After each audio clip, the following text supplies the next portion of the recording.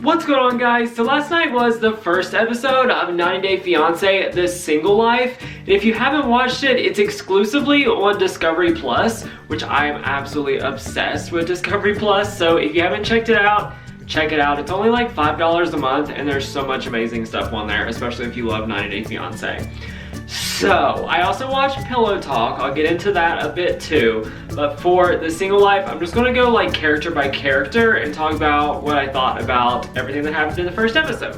But first, if you like this video, please give it a thumbs up and subscribe to my channel. I do content all day long, every day. So make sure you check that out and we can discuss everything about the show in the comments. So I'm gonna start out by talking about Big Ed, the star of the show, in his own mind, of course. And I appreciate that Big Ed is in on the joke. You know, he's dressed up in all the costumes and that's great for TV. But if you really want to meet somebody and you really want to find love, you dressed in a large Elvis costume is probably not the best idea to find the love of your life. That's just me, you know. We see Big Ed with this relationship coach. She gave him some great advice. And I think there is a sadness in Big Ed, and it doesn't really come through in this character that he portrays most of the time now. I appreciate that he's in on the joke, but I feel sorry for him. You know what I'm saying? I really feel sorry for him. Then we go to these scenes where he's at this restaurant where he's met this woman that works at the restaurant. And the fact that he goes to this restaurant every single day to just try to talk to this girl is really sad and desperate. And I know this was all during, you know, quarantine where nobody really had that much to do. So I think it's great he got out of the house, but to go and sit and try to get to know somebody while they're working and try to build an actual relationship and connection with that is kind of bizarre. And when he finally did get the courage to ask her out, it was a chore getting there. But when he finally got the courage to ask her out, she was so uncomfortable, and I'm so glad she was wearing a mask because I feel like she was probably laughing at him, and that's really hard and sad, and I feel so sorry for him, but there is no way in heckadoodle-doo that she's going to go out with him. I think it's really sad. So now let's talk about one of my personal favorites, which is Molly. I'm obsessed with Molly and Cynthia on Pillow Talk. I really truly prefer to watch Pillow Talk than to watch the actual shows because I love Tim and Veronica, Annie and David, Cynthia and Molly. I think they're absolutely amazing and so entertaining. And I'm so happy that Molly's on the show. We need more of her in our 90-day lives. We really do. And I really hope she's found somebody amazing this time. On Pillow Talk, everybody kept pointing out that he looks like her ex-husband, Luis. This new guy, Kelly, that she's talking to. He seems like a good guy, but it's definitely concerning to me as well to her that he's 40-some years old, never been married, never had any children. That is, I mean, bizarre when you think about it. I mean, it shouldn't be, because people should be allowed to live the life they want to live and do what they want to do. But in society, if you're 41 years old and you're a straight man that has never been married and has no kids, that is a little kind of like a red flag. You think, you know, why hasn't he been married? Why doesn't he have children? Does he want children? Because Molly's like 45. I don't think she's having any more children. So that's a lot of the things that I hope they go into and that she actually asks him. Because she does seem like somebody that gets really excited and really happy and this is gonna be great, and then she doesn't see, you know, everything that lies beneath the facade. So I'm glad they're spending more time together and hopefully we'll get to know him better. And I really hope this works out for her because I really love Molly. And the scenes with her and her daughter were so sweet. And her daughter, I mean, she seems so smart. She had such a good opinion about Luis and her new boyfriend, and I hope we see more scenes between her and her daughter as the series goes on. So now let's talk about Brittany, who is as crazy and entertaining as ever. I gotta give it to her. She brings the drama, she brings the crazy. She has two guys that she's trying to date. And the first one, I mean, he seems fine. He seems a little dull, he seems a little boring. She wants an alpha man, but Brittany is such an alpha, I was gonna say she's an alpha man, but she's an alpha woman, and I'm not sure that, I don't know how to say this, but I feel like she almost needs a man that is so strong, is gonna put her in her place, not in a bad way, but in a way of she needs that because she's so out there. So I don't know about this guy that she went on the date with last night is really that guy for her. I'm really interested to see the other guy. And I just want to say, the fact that they're doing pillow talk and that their exes get to watch and react to the show is so crazy. I don't know whose idea that was, but that is an epic, amazing idea, and I'm so glad they did that. To see Yazan reacting to Brittany now was really interesting. And Brittany kind of dropped some bombshells about Yazan that I'm not going to talk about because this is a family-friendly channel. But Yazan's reaction to it, if you haven't seen the Pillow Talk, you need to watch it. Moving on from Brittany, we will go to Danielle. And I'm so happy to see Danielle back on TV. But so much craziness in Danielle's life, as usual. She's now talking to Muhammad again. Why the heck she or he thinks this is a good idea at all, I have no idea.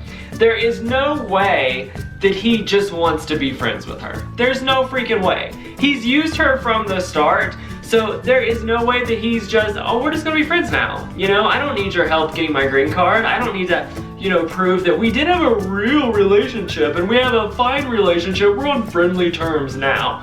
No freaking way. Muhammad wants something from her, and he's just gonna end up crushing her and making her go back to all those feelings she had about him before, and I feel really bad for her.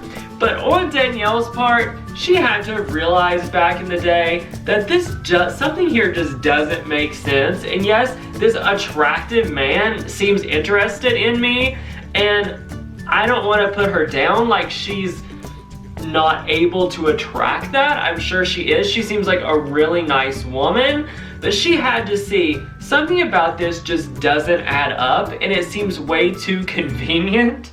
So, oh, I also want to talk about Danielle's friends. This group of like 20-year-old girls that she's now best friends with. I kind of love that. It was super fun, like that she's out drinking with them and having fun, and that they're going on a girls trip that we actually get to see on camera. I am so freaking excited about the girls trip. I hope that's in next week's episode because I need to see that. I need to see the Pillow Talk reaction to it. I need to see Muhammad's reaction to it. Muhammad's on Pillow Talk, by the way, and I don't know. I kind of think he's still skeezy. Like, I had hopes that maybe he was going to come in and apologize to her on next week's episode when they meet up, but based on what he's saying on Pillow Talk, he still seems pretty skeezy, and like, if anything, he's definitely going to use her for some kind of purpose. I don't know. But Danielle, like, God bless her. God bless her heart. I hope she meets somebody that treats her nicely.